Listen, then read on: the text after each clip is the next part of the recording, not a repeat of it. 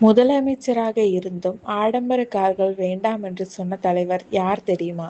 பெருந்தலைவர் காமராஜர். அவருக்கு பரிசாக கிடைத்த ஒரே காரில்தான் அவர் தமிழகம் முழுவதும் பயணம் செய்தார். அந்த காரின் பின்னால் இருக்கும் எளிமை, சேவை மற்றும் வரலாற்றை பற்றி இன்று விரிவாக பார்க்கலாம். தமிழக அரசியல் வரலாற்றில் பெருந்தலைவர் என்று போற்றப்படுபவர் காமராஜர். கல்வி வளர்ச்சி, பள்ளி கட்டிடங்கள், மதிய உணவு திட்டம் போன்ற மக்கள் நல பணிகளால் புகழ்பெற்ற அவர் தனது எளிமையான வாழ்க்கை முறைக்காகவும் மக்களின் மனதில் நிலைத்திருக்கிறார். இன்றும் காமராஜரை பற்றி பேசும்போது அவரது வெள்ளை கதர் சட்டை, வேட்டி, காலணி இல்லாத எளிய தோற்றம் மற்றும் அவர் பயன்படுத்திய கார் பற்றிய கதைகள் தவிர்க்க முடியாதவை. காமராஜரின் பிரபலமான கார். காமராஜர் பயன்படுத்தியதாக பரவலாக அறியப்படும் வாகனம் செவரலெட் கார் ஆகும். இந்த கார் 1950களில் தொழிலதிபரும் டிவிஎஸ் குரூப் நிறுவனத்தின் நிறுவருமான டி.வி. சுந்தரம் ஐயங்கார் அவர்களால் காமராஜருக்கு பரிசாக வழங்கப்பட்டதாக கூறப்படுகிறது. அந்த காலத்தில் வெளிநாட்டு கார்கள் மிகவும் அரிதானவை. அரசியல் தலைவர்கள் மற்றும் உயரதிகாரிகள் மட்டுமே அவற்றை பயன்படுத்தும் வாய்ப்பு பெற்றனர். ஆனால் காமராஜருக்கு அந்த கார் ஒரு ஆடம்பர பொருளாக இல்லை.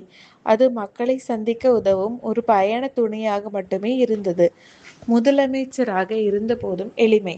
1954 முதல் 1963 வரை அன்றைய மட்ராஸ் ஸ்டேட் மாநிலத்தின் முதலமைச்சராக இருந்த காமராஜர் அதிகாரபூர்வ பதவியால் கிடைக்கும் வசதிகளை பெரிதாக விரும்பவில்லை. அவரது வாழ்க்கை முறையில் சில சிறப்பு அம்சங்கள்: தனிப்பட்ட சொத்துக்கள் மிக குறைவு, ஆடம்பர வாகனங்கள் மீது ஆர்வம் இல்லை, அரசு வழங்கிய சிறப்பு சலுகைகளை தவிர்த்தனர், பொதுமக்களை நேரில் சந்திக்க மாநிலம் முழுவதும் தொடர்ந்து பயணம் செய்தார். பல வரலாற்று குறிப்புகளின்படி அவர் பயன்படுத்திய அதே செவர்லெட் காரிலேயே பெரும்பாலான பயணங்களை மேற்கொண்டதாக கூறப்படுகிறது. கார் பயணங்களும் மக்கள் தொடர்பும். காமராஜரின் அரசியல் வெற்றிக்கு பின்னால் இருந்த மிக முக்கியமான காரணம் அவரது நேரடி மக்கள் தொடர்பு. அவர் கிராமம் தோறும் சென்று மக்களின் பிரச்சனைகளை கேட்டறிந்தார். அதிகாரிகள் தரும் அறிக்கைகளை மட்டுமே நம்பாமல் நேரில் சென்று நிலைமையை பார்ப்பதை வழக்கமாக கொண்டிருந்தார்.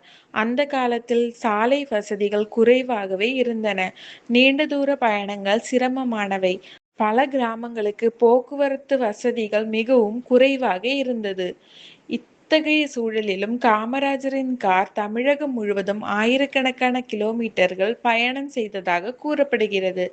கல்வி புரட்சிக்கு சாட்சியான கார். காமராஜர் தொடங்கிய கல்வி விரிவாக்க பணிகளின் போது புதிய பள்ளிகள் கட்டப்பட்ட இடங்களுக்கும் கிராமப்புற வளர்ச்சி திட்டங்களுக்கும் அவர் நேரில் சென்று ஆய்வு செய்தார்.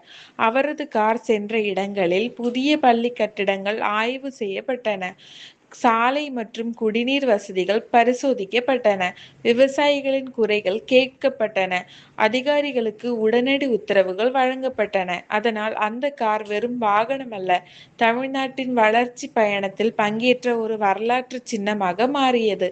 நினைவு சின்னமாக பாதுகாக்கப்படும் கார். காமராஜர் பயன்படுத்திய செவர்லெட் கார் தற்போது சென்னை காமராஜர் நினைவு இல்லத்தில் பாதுகாக்கப்படுகிறது.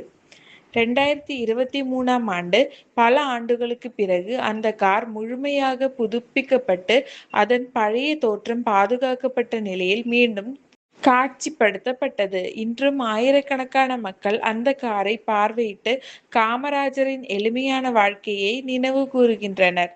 ஏன் காமராஜரின் கார் இன்னும் பேசப்படுகிறது? காமராஜரின் கார் ஒரு சாதாரண வாகனம் அல்ல. அது எளிமையின் அடையாளம், மக்கள் சேவையின் சின்னம், நேர்மையான அரசியலின் நினைவு சின்னம், தமிழ்நாட்டின் வளர்ச்சி வரலாற்றின் சாட்சியம்.